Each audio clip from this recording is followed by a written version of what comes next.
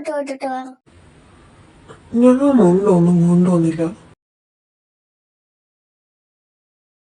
ഇച്ചു എന്റെ അലമാരി ഞാൻ ഉടുക്കാത്ത പുതിയ മുണ്ടിരിപ്പുണ്ട്. ഞാൻ അത് എടുത്തോണ്ട് അവളുടെ അവിടെ പോ. അപ്പോ സെറ്റ്. ഞാൻ പോയി അത് എടുത്തിട്ട് വരാം. ഇന്ന് പെട്ടെന്ന് പോയി ചേഞ്ച് ചെയ്തിട്ട് വാ.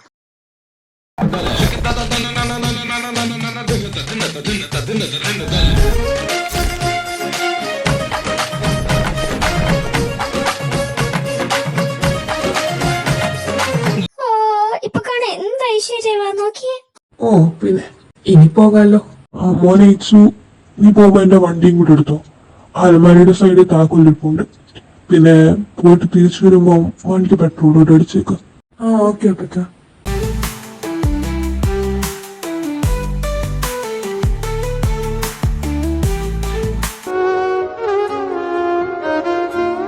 ചേട്ടാ വരുന്നില്ല അങ്ങോട്ട്? ഞാനില്ല, ഞാൻ രാവിലെ കുളിച്ചില്ല. നീ പൊക്കോ, ഞാൻ എവിടെ നിന്നോളാം. ഒരു പുഷ്പാഞ്ജലിയും ദീപാരാധനയും. ഈശോ ആയില്യം നക്ഷത്രം.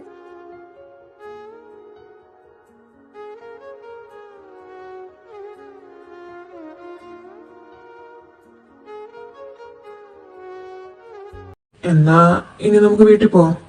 ഇപ്പോഴേ വേണ്ട ചേട്ടാ, ഇച്ചിരി കഴിയട്ടെ. നമുക്ക് ഇവിടേക്ക് ഒന്ന് ചുറ്റിക്കണ്ടിട്ട് പോകാം. എല്ലാം നീ പറയുന്ന പോലെ. എന്നാ വാ.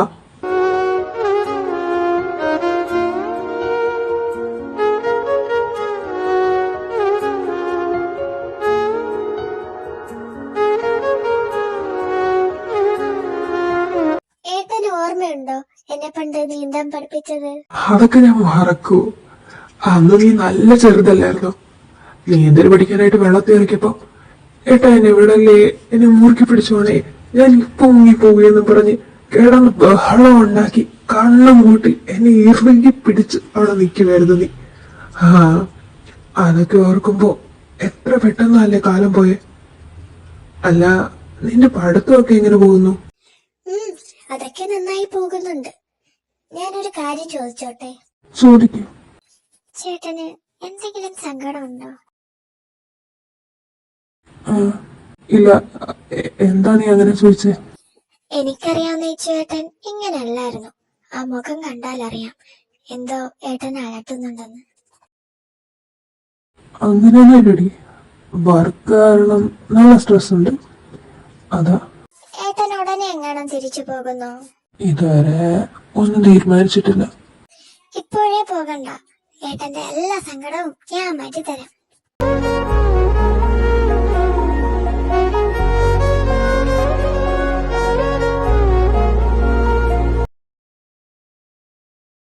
നീ എന്താ ലേറ്റായേ? ഫോട്ടോ കിട്ടാൻ ഇത്തിരി വൈകി, അതാമ്മ. എനിക്ക് നല്ല തലവേദന, ഞാനൊന്ന് കിടക്കട്ടെ. എന്തായാലും ഞാൻ അങ്ങനെ ഒരു കാര്യമില്ലാതെ എന്തൊക്കെയാ വിളിച്ചു പറഞ്ഞ്. ജീവാ, എനിക്ക് എന്തിന്റെ കേടായിരുന്നു? എനിക്ക് എന്നെ തന്നെ മനസ്സിലാകുന്നില്ല. ഇത്ര നാളയാള് പുറകെ നടക്കുമ്പോ തോന്നാത്തൊരു ഫീല ഇപ്പൊ അയാള് പോയത് തൊട്ട്. എന്തോ എന്റെ കയ്യിൽ നിന്ന് നഷ്ടപ്പെട്ടു പോകുന്ന പോലെ ഒരു ഫീൽ. ഇപ്പൊ അയാള് എവിടെ ആയിരിക്കും? അയാൾക്ക് ഇൻസ്റ്റ കാണുമായിരിക്കുമല്ലോ, നോക്കിയാലോ?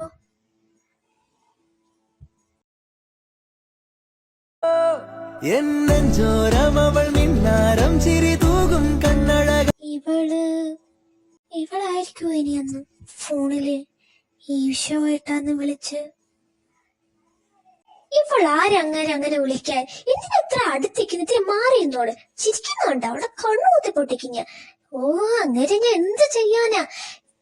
ഞാനിവിടെ ഉണ്ടായിരുന്നെങ്കിൽ കൊന്നു കളഞ്ഞേനെ അവള്. ഇവളെന്തിനാ എന്റെ ചെക്കൻ്റെ അടുത്ത് നിൽക്കുന്നേ?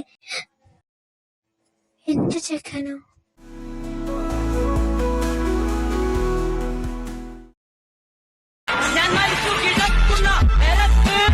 ആരെപ്പം വിളിക്കുന്നേ? ഓ, ഡാഗിനിയോ?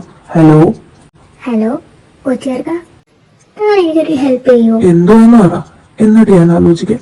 അതൊക്കെ ഞാൻ പറഞ്ഞുതരാം.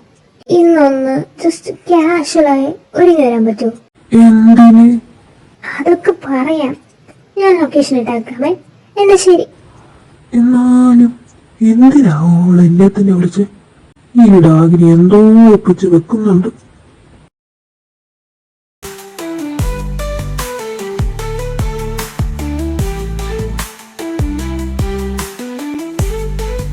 நண்பே, என் காதலே, நீதான் என் உயிர் துணையே. என் அருகில் நீ இருக்கும்போது உலகமே உன் பின்னால் வருமே. ഇനി പറ എന്തോ സംഭവം. താൻ എനിക്കൊരു ഹെൽപ്പ് ചെയ്യണം, ഒന്ന് അഭിനയിക്കണം. എന്തായിട്ട്? എൻ്റെ കാമുകനായിട്ട്. ഓ എന്തേനി? അത് പിന്നെ എനിക്കൊരു മുറച്ചെറുക്കനുണ്ട്. അയാൾക്ക് എന്നെ തന്നെ കിട്ടണമെന്ന് ഒരേ വാശി. കുറേ നാളും കൊണ്ട് ഭയങ്കര ശല്യമാണ്. അയാളുടെ ശല്യം സഹിക്കാൻ വേണ്ടി ഞാൻ ഒരാളുമായിട്ട് 4 വർഷമായിട്ട് റിലേഷനിലാണെന്നങ്ങ് പറഞ്ഞു. അതിന് ഞാൻ എന്തോ വേണം? എന്നെ എന്തിനാ ഇതിന്റെ ഇടയ്ക്കോട്ട് പിടിച്ചിട്ടത്? എനിക്ക് തന്നെ പേര് പോലും മര്യാദയ്ക്ക് അറിയത്തില്ല. ആ സമയത്ത് ഞാൻ ആലോചിച്ചപ്പോ തന്നെ ഓർമ്മ വന്നുള്ളൂ. പിന്നെ എൻ്റെ പേര് അപ്സര. എനിക്ക് 24 വയസ്സ്. നേഴ്സാണ്. വീട്ടിൽ അച്ഛൻ, അമ്മ, 2 പൂച്ചക്കുട്ടികൾ. പിന്നെ LKG to 12th പഠിച്ചത് സെന്റ് ട്രീസ, കോളേജ് വിവേകാനന്ദ. ഇതൊക്കെ ഈ ഒറ്റ സ്ട്രെച്ച് പറഞ്ഞ ഞാൻ എങ്ങനെ ഓർത്തിരിക്കാനാ? അതും ശരിയാ. എന്നാ താൻ എന്റെ പേര് മാത്രം ഓർത്ത് വെച്ചാൽ മതി. ബാക്കി ഞാൻ നോക്കിക്കോളാം. അല്ല, തന്റെ പേര് പറഞ്ഞില്ല. നോയൽ. ഓക്കെ. അയാൾ എന്ത് ചോദിച്ചാലും ഒന്നും അനങ്ങണ്ട, എല്ലാം ഞാൻ നോക്കിക്കോളാം. പിന്നെ എന്ത് പറഞ്ഞാലും ഒന്ന് തലയായിട്ട് കാണിച്ചിരണം. ഓക്കെ, അത് മതി. ഓക്കെ. കൈത, എന്തിന്? നമ്മളിപ്പോ കപ്പിൾസ് അല്ലേ, ഇങ്ങനെയൊക്കെ ചെയ്താലല്ലേ ആളുകൾ വിശ്വസിക്കത്തുള്ളൂ. ഇതെന്താവോ എന്തോ.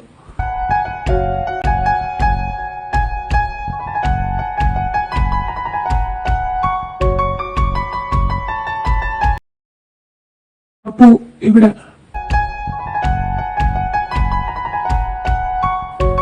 ഓ ഇതാണോ നിന്റെ കാമുകൻ? അതെ, ഇത് ഞാൻ വിവേക്, അപ്സരയുടെ മുറിച്ചെറുക്കനാ. ഞാൻ നോയൽ, അപ്സരയുടെ ബോയ്ഫ്രണ്ടാ. നിനക്ക് കുടിക്കാൻ എന്തെങ്കിലും വേണോ? എനിക്ക് കോഫി മതി. ചേട്ടാ 2 കോഫി. നിങ്ങൾ റിലേഷൻഷിപ്പ് തുടങ്ങിയിട്ട് എത്ര നാളായി? 4. തനിക്കെന്താ ജോലി? ഇന്ത്യയിലെ ഡിസൈനർ. അവൻ പറയട്ടെ. എനിക്ക് അവനോടാണ് ചോദിക്കണ്ടേ, നീ എന്തിനാ ഇതിന്റെ ഇടയ്ക്ക് കയറി പറയുന്നത്? താൻ എവിടെ വെച്ചാ എവിടെ കണ്ടേ? ഹോസ്പിറ്റലിൽ വെച്ചാ ഞാൻ അവളെ ആദ്യമായിട്ട് കാണുന്നേ. ഞാൻ ആദ്യം അവളോട് ഇഷ്ടം തുറന്നു പറഞ്ഞു. ആദ്യം ഇത് ജസ്റ്റ് ഒരു അട്രാക്ഷൻ ആയിരിക്കും എന്ന് കരുതി. പിന്നെ എനിക്ക് ഉറപ്പായി ഷീ സ്പെഷ്യൽ ഫോർ മീ. ഈ ലൈഫിൽ അവൾ കൂടെ വേണമെന്ന്. അങ്ങനെ ഞാൻ അവളെ ഹോസ്പിറ്റലിൽ വെച്ച് പ്രപ്പോസ് ചെയ്തു.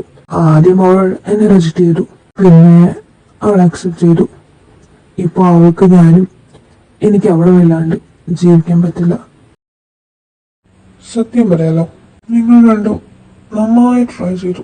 പക്ഷേ I don't believe in you. നിങ്ങളുടെ പെരുമാറ്റം കണ്ടാ അറിയാം you are not dating him. വിച്ചുവേട്ടാ, ഞങ്ങൾ തമ്മിൽ റിലേഷനിലാണെന്ന് എനിക്ക് ഏട്ടനെ ബോധിപ്പിക്കേണ്ട ആവശ്യമൊന്നുമില്ല. എനിക്കെന്തായാലും ഏട്ടനെ എങ്ങനെ കാണാൻ പറ്റില്ല. അപ്പോ എന്റെ പൊന്നു ചേട്ടാ, അവൾ നിങ്ങളോട് എത്രാന്ന് വെച്ചാ പറഞ്ഞിരുന്നേ? എങ്ങനെ കിടന്ന് പറഞ്ഞിട്ടെന്ന് തനിക്ക് മനസ്സിലാകുന്നില്ലേ? അവക്ക് തന്നെ ഇഷ്ടമല്ല, എന്നെയാണ് അവൾക്ക് ഇഷ്ടം. പ്ലീസ്, ഞങ്ങളുടെ ലൈഫിന്റെ ഇടയ്ക്ക് ഇങ്ങനെ കയറാതെ. ഞങ്ങൾ ഒരുപാട് അടി ഉണ്ടാക്കും, പിണങ്ങിയിരിക്കും. പക്ഷെ അതേപോലെ ആഴത്തിൽ ഞങ്ങൾ പരസ്പരം സ്നേഹിക്കുന്നുണ്ട്. ആരുടെയും മുന്നിൽ അവളെ ഒരു ബലിയാടായിട്ട് ഇട്ടുകൊടുക്കാൻ എനിക്ക് താല്പര്യമില്ല. അവളെ എന്റെ വേണ്ട. എന്റെ കൊക്കിന് ജീവനുള്ളിടത്തോളം കാലം ഞാൻ അവളെ വിട്ടുകളയില്ല. സിതഞ്ചിന് വിരൽ കൊടി കൊട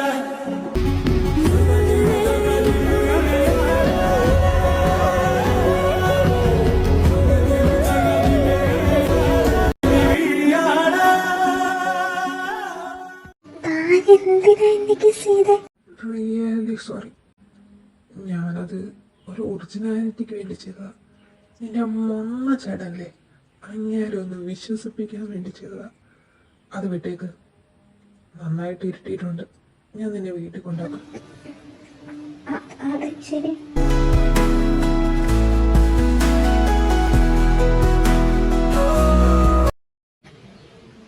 എന്തു പറ്റി? അറിയില്ല. പക്ഷേ ഇതൊന്നും വന്നിട്ടില്ല. ആ, എന്നാ നമുക്ക് നടക്കാം. ഇനി കുറച്ചുകൂടെ നടന്നു കഴിഞ്ഞാൽ എന്റെ വീടെത്തും. അടുത്തൊരു വർക്ക്ഷോപ്പ് ഉണ്ട്. എന്നാ ഓക്കെ. അല്ല, തനിക്കെന്താ ആ വിച്ചുവിന് ഇഷ്ടമല്ലാതെ? അങ്ങനെ ചോദിച്ചാ ഞാൻ ഏട്ടനെ അങ്ങനെ കണ്ടിട്ടേയില്ല. കുഞ്ഞിലെ മുതല് അയാൾ എന്നെ കിട്ടുള്ളെന്നും പറഞ്ഞ് ഒറ്റ വാശിയിലായിരുന്നു. പിന്നെ വീട്ടുകാർക്കും വലിയ എതിർപ്പൊന്നുമില്ല. എനിക്കൊരിക്കലും അയാളുടെ കൂടെ സന്തോഷത്തോടെ ജീവിക്കാൻ പറ്റില്ല. ആരുമില്ലടോ, എല്ലാം ശരിയാകും. തനിക്ക് വേണ്ടി പറഞ്ഞു വെച്ചിരിക്കുന്ന ആള് എന്നായാലും തന്നെ തേടി വരും. പിന്നെ അവന് സൂപ്പറായിരുന്നു. എന്നാ മാസ് ഡയലോഗുകളായിരുന്നു. ഇതൊന്നും എന്റെ അല്ല, എൻ്റെ ഒരു ഫ്രണ്ട് പ്രപ്പോസ് ചെയ്ത ലൈനായതൊക്കെ.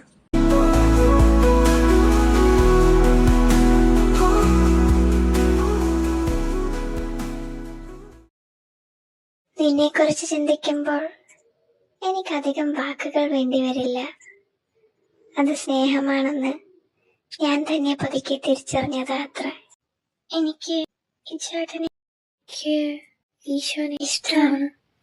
ഈ മടിയിലെ പൈതലായി നീ മൂളും പാട്ടിലെ പ്രണയമായി നിന്നെയും കാത്തു ഞാൻ നിൽക്കാതെ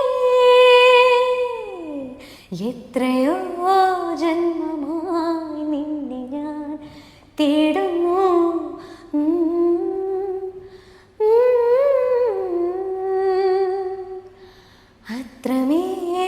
അത്രമേലിഷ്ടമായി നിന്നെ പുണ്യമേ.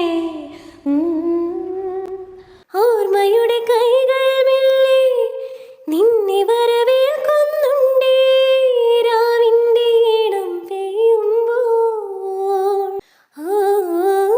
കനവിന്റെ പായൽ ചായുമ്പോൾ ചെറുശ്വാസം കാതിൽ ചേരുമ്പോൾ കണ്ണു പൊത്തി ആരും കാണാതെ ഇഷ്ടമല്ലേ ഇഷ്ടമല്ലേ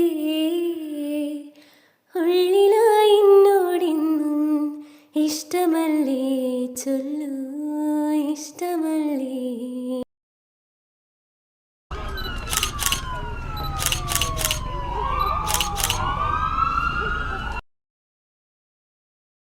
സർ, ഇന്നലെ മരിച്ച ആളുടെ ബോഡിയുടെ പോസ്റ്റ്മോർട്ടം കഴിഞ്ഞു. ഓക്കെ, ഡോക്ടർ വിശ്വനാഥ് റൂമിലുണ്ടോ? ഉണ്ട് സാർ. ഓ സാർ, സാറിനെ ഞാൻ കാണാനിരിക്കുമായിരുന്നു. എന്തെങ്കിലും ലീഡ് കിട്ടുന്ന രീതിയിൽ എല്ലാം കിട്ടിയ സാർ? ഇനി ഫിസിക്കൽ അറ്റാക്ക് അങ്ങനെ വല്ലോ? ഇതുവരെ കിട്ടിയ ഈ 4 പേരും ഒരേ രീതിയിലാണ് കൊല്ലപ്പെട്ടത്. കഴുത്തിന്റെ സൈഡിലെ നല്ല പ്രിസൈസ് ആയ ആർട്ടറി കട്ട് ചെയ്തിട്ടുണ്ട്. സോ മരിച്ച ആൾക്കാരെല്ലാം ചോര കാരണമാണ് മരിച്ചത്. ബോഡിയിൽ യാതൊരുവിധ അടയാളങ്ങളോ ഒന്നുമില്ല. This makes it more confusing. വേറൊരു DNA പ്രസൻസ് പോലും ഇതുവരെ കിട്ടിയിട്ടില്ല.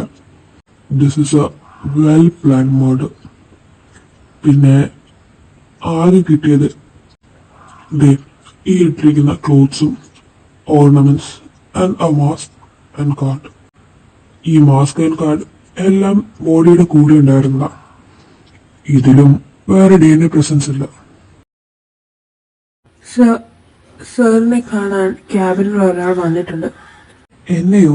ശരി ഡോക്ടർ, ഞാൻ പിന്നെ വരാം. ആരാ അത്? അറിയില്ല സാർ. ആരാ വന്നിരിക്കുന്നതെന്ന് പറഞ്ഞില്ലേ? താൻ പിന്നെ എന്തിനാ അയാളെ അകത്തോട്ട് കയറ്റിയത്? I am really sorry sir. ആരാ താൻ? താൻ പുറത്തു പോകുന്നോ അതോ ഞങ്ങൾ പിടിച്ച് പുറത്താക്കണോ?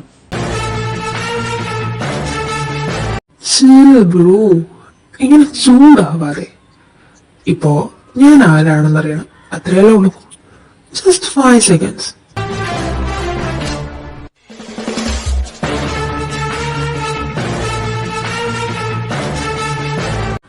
So, Mr. IPS Rudra, ഭാര്യ ആയിഷ, മകൻ ആരവ്. സെന്റ് തോമസ് സ്കൂളിൽ 3rd പഠിക്കുന്നു. താൻ സിദ്ധാർത്ഥ്, ഗേൾഫ്രണ്ട് UK, പേര് ക്ലാര. താൻ Keshav. And this beautiful lady is Vedika, fiancé of Keshav. So, let me introduce myself. I am Kishore. നിങ്ങളുടെ ഈ കേസിന് വേണ്ടി അപ്പോയിന്റ് ചെയ്ത ഹാക്കറാണ്. ഹലോ. Okay sir. ആ, വന്നിട്ടുണ്ട്. നീ ഇവിടെ ഇരുന്ന് ഞങ്ങളുടെ ഡീറ്റെയിൽസ് എടുക്കാതെ കേസിന് വല്ല ലീഡും കിട്ടുന്നുണ്ടോ എന്ന് നോക്ക്.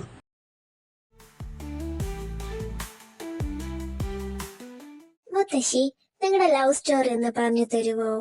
ലവ് സ്റ്റോറിയോ? ഷേ, ഏട്ടനത് അറിയത്തില്ലായിരുന്നു. രണ്ടുപേരും പണ്ടത്തെ ഇണക്കുരുവികളായിരുന്നു. ചേടാ, ഇതൊക്കെ നേരത്തെ പറയണ്ടേ? എന്നോട് അല്ലേലും ഇതൊന്നും പറയത്തില്ലല്ലോ. ഓ, പിണങ്ങണ്ട, ഞാൻ പറഞ്ഞു തരാം. ഞാൻ ആദ്യമായി സഖാവിനെ കാണുന്നത് സ്കൂളിൽ പഠിക്കുമ്പോൾ. സഖാവോ? നമ്മളപ്പച്ചനോ? കോളേജിൽ പഠിക്കുന്ന സമയത്ത് പേര് കേട്ട ഒരു സഖാവായിരുന്നു എന്റെ അപ്പച്ചൻ.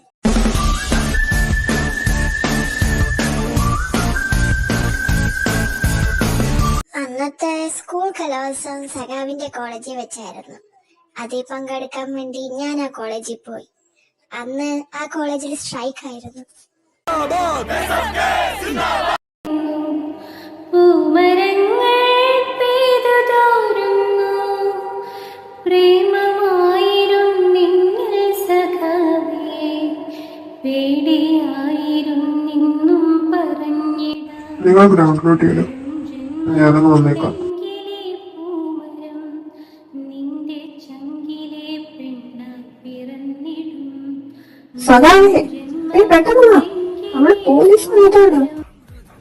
അങ്ങനെ പോലീസും പിള്ളേരും തമ്മിൽ കയ്യാങ്കളിയായി. ആ തിരക്കിനിടയില ഞാൻ പെട്ടുപോയത്. അവിടെ നിന്ന് എന്നെ പുറത്ത് കൊണ്ടുവന്നത് തന്നെ സഖാവ. പക്ഷെ അതിനിടയ്ക്ക് തലയ്ക്ക് ഏറ് കിട്ടി സഖാവിന്. അന്ന് ഞാൻ ഉറപ്പിച്ചേ എനിക്ക് ഈ സഖാവിന്റെ സഖിയായാ മതിയെന്ന്. പിന്നെ അങ്ങോട്ട് എങ്ങനെങ്കിലും സഖാവിനെ പറ്റി കൂടുതൽ അറിയണമെന്നായിരുന്നു എന്റെ ചിന്ത.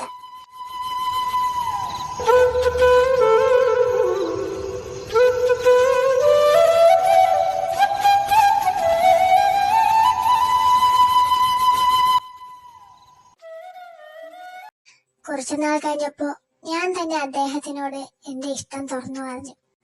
പറഞ്ഞ ഉടനെ എന്നെ കുറെ ഉപദേശിച്ച് പറഞ്ഞു വിട്ടു.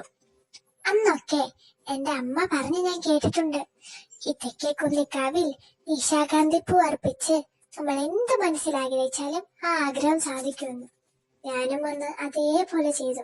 അവസാനം എന്റെ ശല്യം സഹിക്കാൻ വയ്യാതെ സഖാവ് സമ്മതിച്ചു വന്നത്. എനിക്കങ്ങനെ ആരെ സ്നേഹിക്കാനൊന്നും അറിയത്തില്ല. പക്ഷെ എനിക്ക് നിന്നെ ഇഷ്ടമാ. പോയിരുന്നു ഈ സഖാവിന്റെ സഖിയായിട്ട്.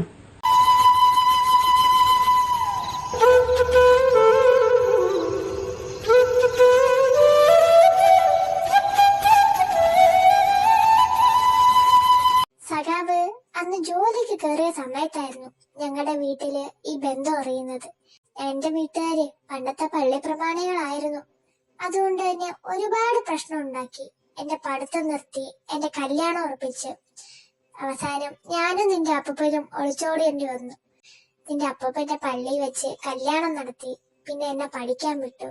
പിന്നെ കുറെ കാലങ്ങൾക്ക് ശേഷമാ ഞങ്ങൾ ഇവിടെ തിരിച്ചു വന്നേ. ആ, ഇനി കഥയെല്ലാം കേട്ട് കഴിഞ്ഞല്ലോ, പോയി ഉറങ്ങ രണ്ടും. മുത്തശ്ശി, ശരിക്കും തെക്കേക്കുന്നിലെ കാവിലെ പ്രാർത്ഥിച്ച എല്ലാ ആഗ്രഹവും സാധിക്കുമോ?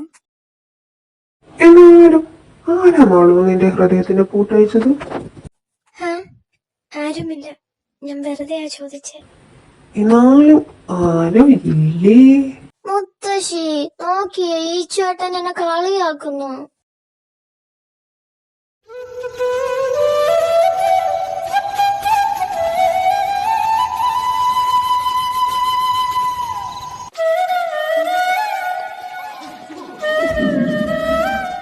നല്ല കിട്ടുവോ?